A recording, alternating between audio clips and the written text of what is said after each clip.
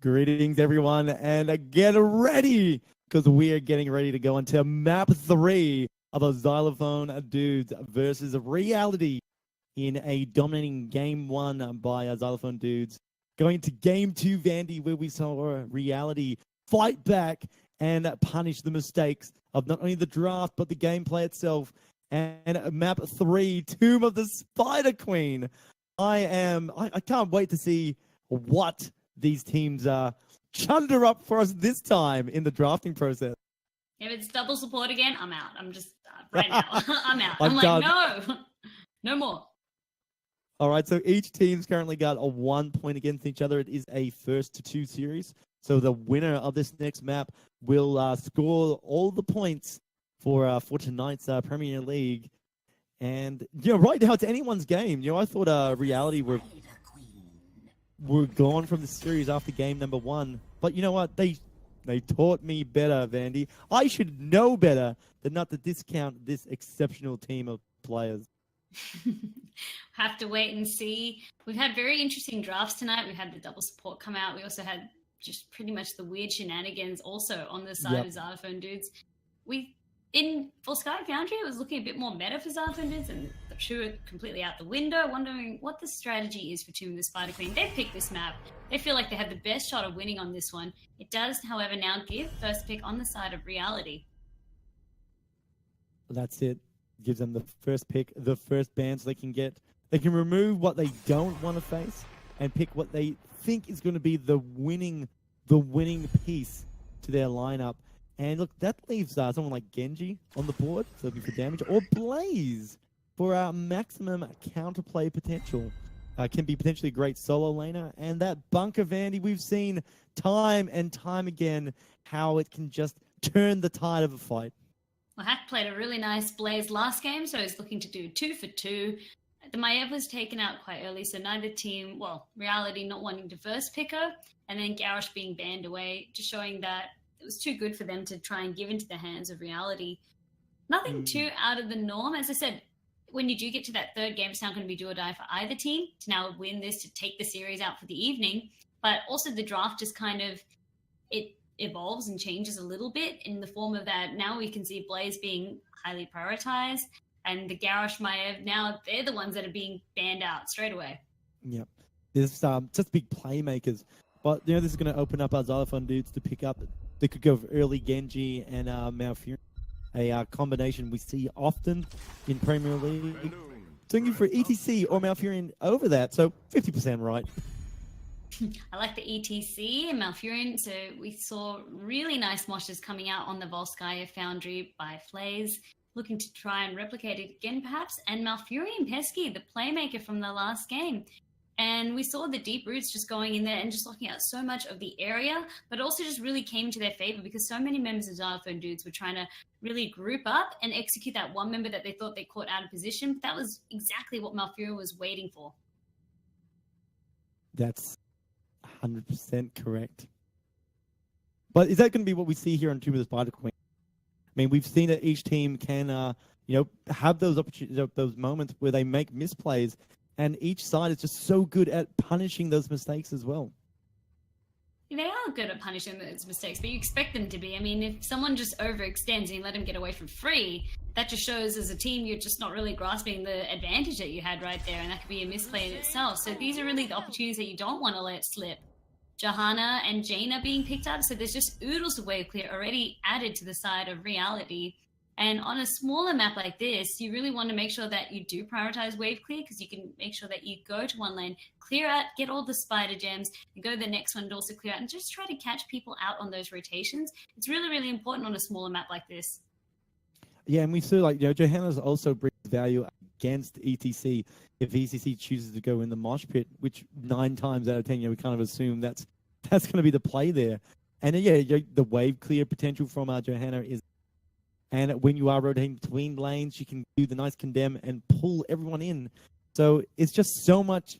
She's just going to provide so much utility CC and just control for a team as well as wave clear. What we're really waiting to see, though, is if the Genji is going to be banned out or picked by either team. Not really prioritizing as much on Tomb of the Spider Queen. There's really limited value that he can get. Yes, he still has the flanking potential, the high mobility, but he lacks a lot of that wave clear that you're really looking for on a map like this. Yeah, and see the Cho being banned out as well. And we should have actually mentioned that on this particular map, Xylophone dudes have picked up Cho'Gao before and had a dominating game with him. So if you think it's a bit of a funny ban against Xylophone dudes on this map, it's definitely one of the right choices. It's pretty much designed to be that targeted ban. We see members of Xylophone dudes, if the Cho'Gao is a ban, any map is good to take him on. And that's exactly what he said. On a map like this as well, he can really start to wreck. It's going to be close quarters as well. And that's where really Cho'Gao can shine. When you do have a lot of members just there, easily line up and get those devastating bombs going. In terms of the next couple picks that I'd like to see coming out, there's so much wave clear that we see on the side of REEality, but I don't really see any being picked up on the side of Xylophone dudes just yet.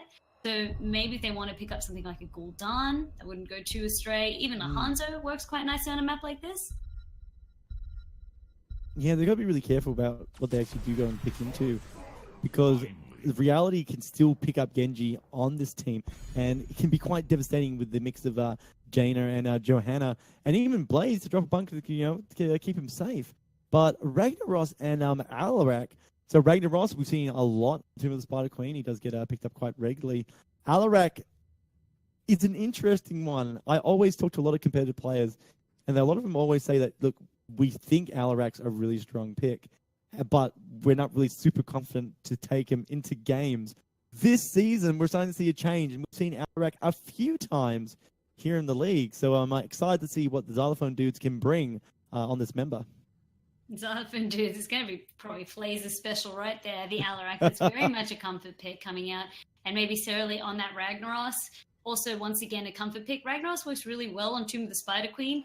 His passive just means that if you are on the receiving end of the web weavers, you can make sure that you use your Molten Core to absorb most of it and keep your structures intact. You also have the Lava Wave to constantly keep the lanes pushed. But he's a little bit outdated, and the reason why is that you're once again sacrificing a range slot to get a melee hero in there. And already I'm starting to get a little bit worried looking at Xylophone dude's composition before the draft, because where's the range damage? Yeah, there's not a lot of poke potential on him, like 0 at the moment. And then this is an opportunity to pick up that slot, fill it in. If they went, this would then I'm concerned they might go a bruiser, but going a bruiser right now would just put so much focus on like a melee front line that against the opposition of Johanna, Jaina, and even Phoenix, that's a lot of AoE damage there.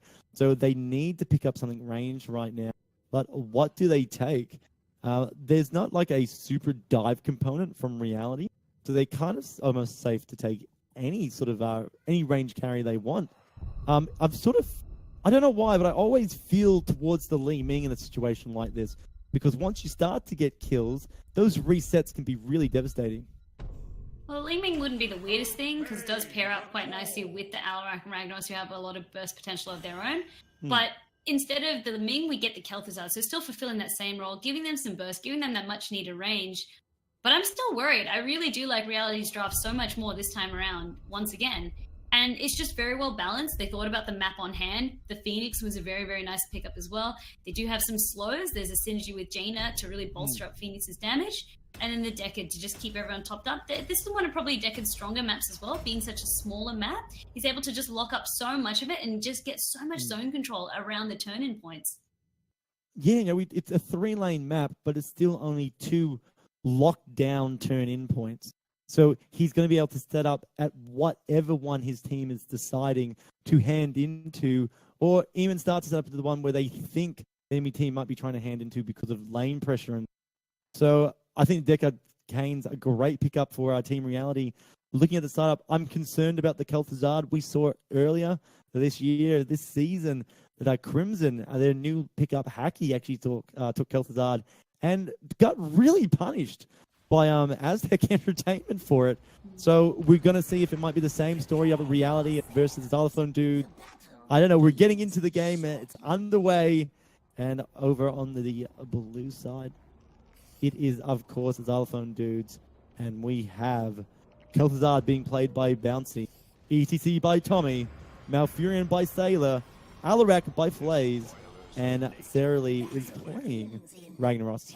For the third time tonight, for the last time tonight, it's REEality in the red with Pesky playing Deckard, Booty on Phoenix, Demise playing Jaina, Formed on Johanna, and Hack playing Blaze.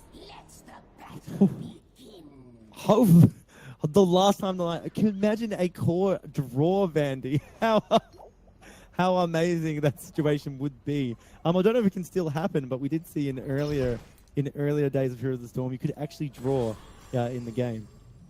It's like taking base race into a whole Very new level. rare. Might just have Very to do a rare. rock, paper, scissors to decide who's the victor then. Just leave it all up to chance.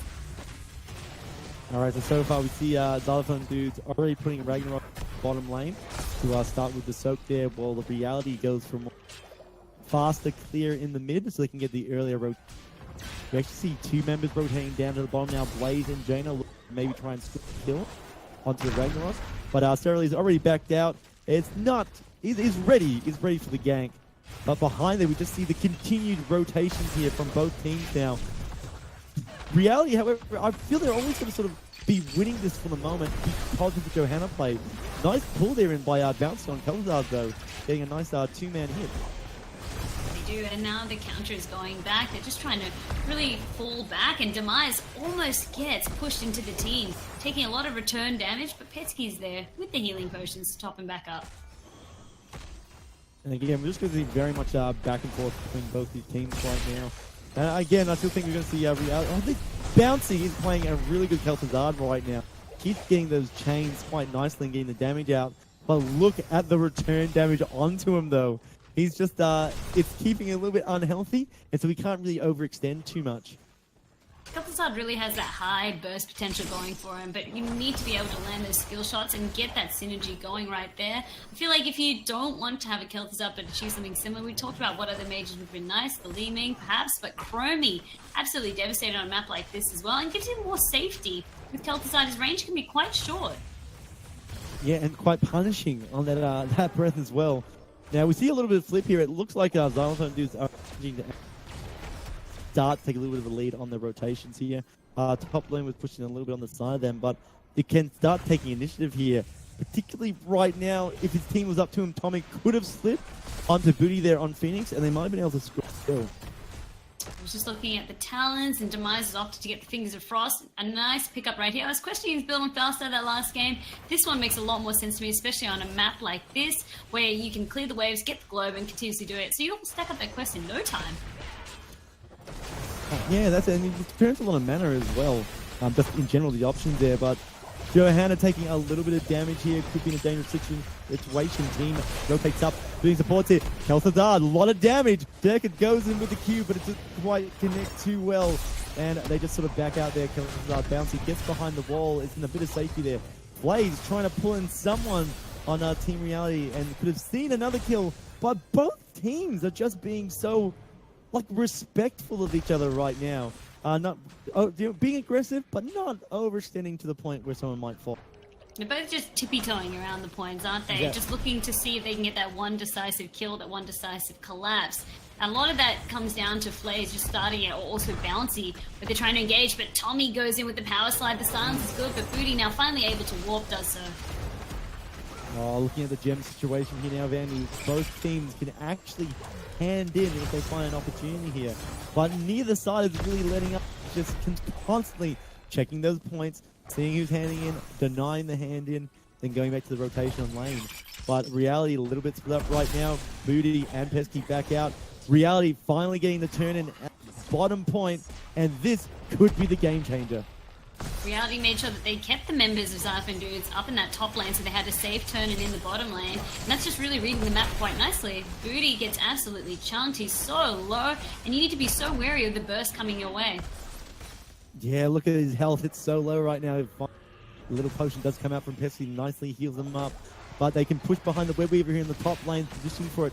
Booty going mid and looking to sort of get a soak in the mid lane and also ragging the bottom lane. So try soak going now for REEality, looking to try and capitalize on their experience lead that they've gotten, and with this Web Weaver push. I'm interested that the multi-core was used in the middle lane right there instead of just opting for the top lane that hadn't been cleared yet. So interesting choice right there. Tommy does have the most gems on his team. Luckily he does power slide, but doesn't stop the damage still getting pumped out onto him from REEality. Yeah, I think the decision there with the multi-core in the mid lane was to try and save both lanes here. ECC goes in, nice power slide onto Jaina and Johanna. Demise falls now. They're following up their thing. Extra kill. They won't be able to, but what a reactive play there. Tommy taking out the Queen of Ice herself. Tommy pretty much, he made sure that he had all the resources to go. He waited for those cooldowns and for the healing. He saw them just starting to try to collapse a little bit too far, and he got the power slide that countered right there, followed up by the face melt. So really nice play there, and just being patient. Yeah, just waiting for his opportunity and then diving in. And that's what both teams have kind of been doing this game. Now, the Blue Weavers are now descending to Xylophone Dude. They managed to get a hand in there. Blaze in a tight position, burning down now. Teams followed up there, but they couldn't save him. That's one member down, making it a bit easier for REEality now. They get a second member. Demise is off the charts. Also connecting with Ragnarok, getting the kill as well. But behind this, Xylophone Dude still have the Web Weavers vanity, so it's going to be not a... They're not going to get as much value, but it's kind of saved them from a bit of a lane rush from REEality. It saves them from a lane rush, but it actually just wastes the turn-in right there for them. So that's just got to feel a little bit bad. If they can manage to get a push happening in the top lane, see what value they can try to salvage out of this, but those kills happen at the worst possible time for them. Yeah, it does weaken the play.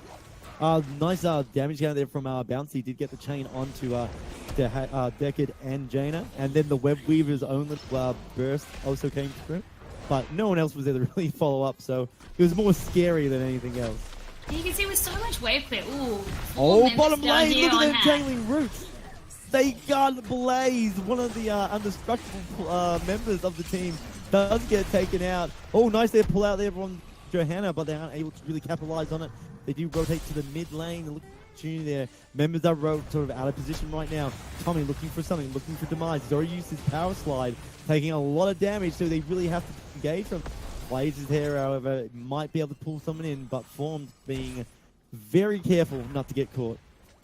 So I was just going to say, in terms of how much value you get from wave clear on this, yes, those deaths happened. They were short death timers, so you could see Xylophone were able to get back into the swing of things, but the wave clear from REEality meant that they got zero value from their first turn in, and that was a lot of gems that they had to really utilize.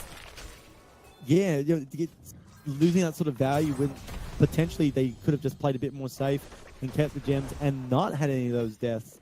So, I mean, it's always risk versus reward. You know, had they managed to stay alive, it would have been a great opportunity to push. But it's both teams are pretty equal at the moment, so it's not too death-defying. Oh, look at that nice play there in the top lane. Decade killed the lockdown. Booty's still taking a lot of damage there. Mosh Pit comes out. 4-man Mosh Pit. But there's still, like you said, Mandy, there's no damage. The Blaze and Ragnarok were not there. The bunkers come out, keeping both tanks alive.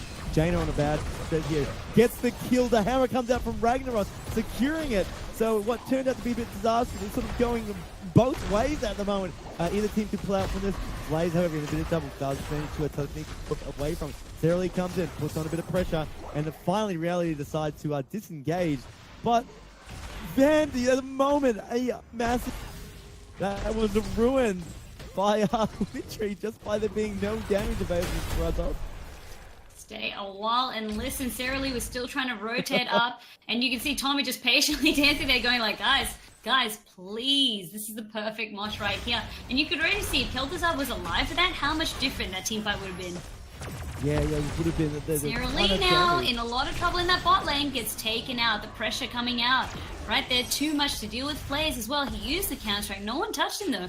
So that heroic is actually burned for free. Yeah, that's right. And yeah, they did manage to get the kill at least. So there's a bit of a bit of something inside of REEality. But now they're looking for it, putting pressure in. Tommy taking a lot of damage. He's got a big heal, but it could be detrimental. Pesky tries to get to stay a while. Huge ring right there. Ring of Frost comes out, isn't really able to follow on. However, gets and they have to back out here. Kel'Thuzad goes in, massive damage on the front line, or the retreating back line, I should say. And look at that, 2 members down. We see Blaze fall next, and it's been flipped on its head, and it's XD that find themselves in a advantageous situation. They're going to be able to get a hand in from this Vandy. and pressure whatever lane they choose. The flanking Kel'Thuzad is the deadliest. Everyone pay attention right here. But Bouncy, just the hero right there, just making sure that he could land the chains when it really counted. He's just been making sure that any chance that he does get, he's landing all of those chains and then just following up with the combo. And this is really what we want to see. This is pretty much how we're going to see XD or Xylophone dudes start to swing things into their favor. They've almost kind of got like both teams kind of got that sort of play there. They're relying on the Kel'Thuzad or the Jaina. Hannah gets just blown taken out up. for free.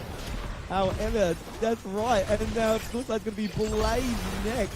Pops the bunker, wastes a lot of damage coming out of Kel'Thuzad. Does have the jet propulsion out of the way, but they're still down a tank. It puts them in a precarious situation. Those web weavers in all three lanes, pressuring all four. Oh, Jaina gets removed by Kel'Thuzad. Decacane way too late. It fails for his time. Stay a while and listen. Jaina couldn't. She was already gone. This is good now, the momentum that we can start to see Xylophone dudes bring.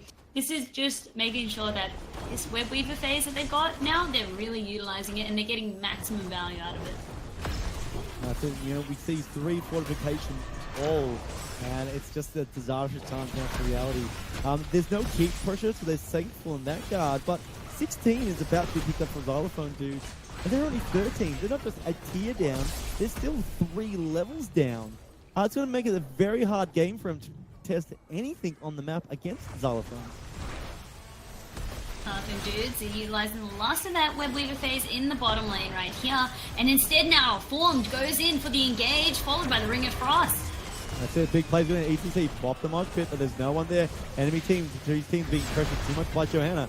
Scroll comes out, gets the kill on ETC. They're going in there, they're looking for more damage. Kel'Thuzad gets popped onto Johanna, but doesn't manage to kill her, jumping in the bunker to grab the armor to continue the assault. But XD returned the favor, getting Jaina, removing a ton of their damage there. They've moved on the play there, they've managed to dodge to stay a while. However, both of them see a team lost here. It's getting messy. It's getting a little bit loud in here as we see Pesky. That's the fall. Kel'Thuzad is just providing so much opportunity for XD now in depth. I'm pretty sure I'm not sure because I have to see the replay, but I'm pretty sure he predicted the warp and then managed to chain Pesky with it. Yeah, we've got the replay up now, so we might be able to see. There's the bunker going out that allowed REEality or gave them the overcome to replay their plays. It was free to move out in that play there. They did manage to get the kill, but it was at this moment that it really turned, and XD got this great chain goes out, the follow-up. warp goes out, and the follow-up! That was insane!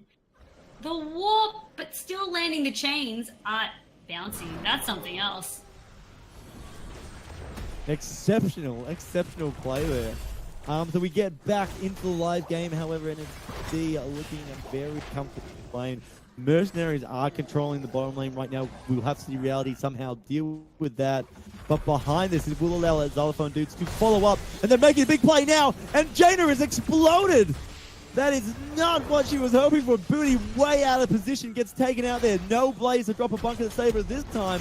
I don't think it would have mattered because there was just way too much CC onto it. As we see Xylophone dudes now start to easily push into mid. They're being contested, but they may as well be uncontested at the moment because there's so little damage available for REEality. REEality, they're just starting to struggle here, and really it's all just going wrong because there's no answer for the Kel'Thuzad.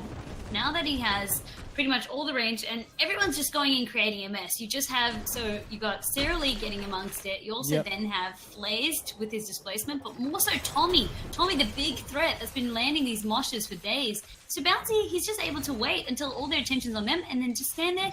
As soon as the chain lands, the combo gets out. And that's really what you need to be wary of with that Kel'Thuzad. Yeah, and it's such high damage as well. You know, it's not just like, oh, it's really good AoE damage. Like, no, it's really good single target damage, let alone AoE damage.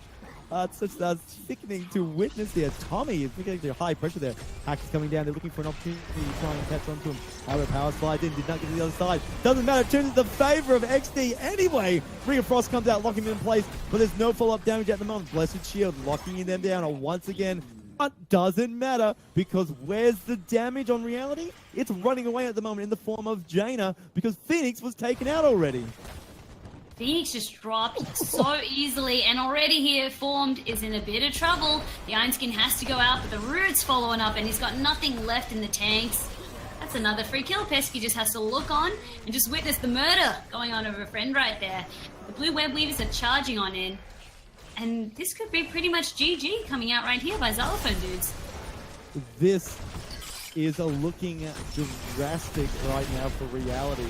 They've just lost another member in Deck Guard Kane. Demise desperately trying to hold on, but he does pop the ice block. Team will fall off, however, and still get the kill.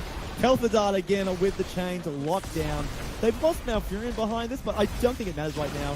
I still feel we're about to see a XD win, but time will tell if Phoenix they will be able to survive or not.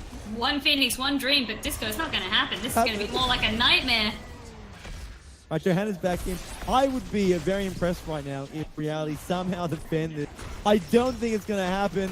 It's game 3 is going to the Xylophone dudes, pulling out a strong showing in a game number 3.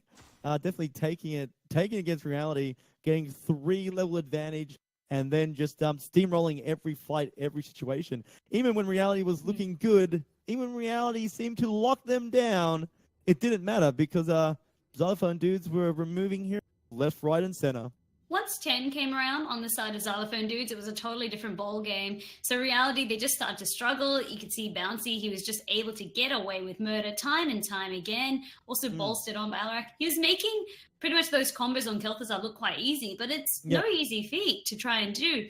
But the reason why as well Bouncy was able to just get as much damage as he didn't have that impact was because there was really just no dive to get in his face. You had the Johanna and Blaze, but they had their own threats that they were trying to peel for that Jaina. They were trying to peel for the Decade. And because they weren't able to pressure the Kel'Thuzad, that's where he really shines.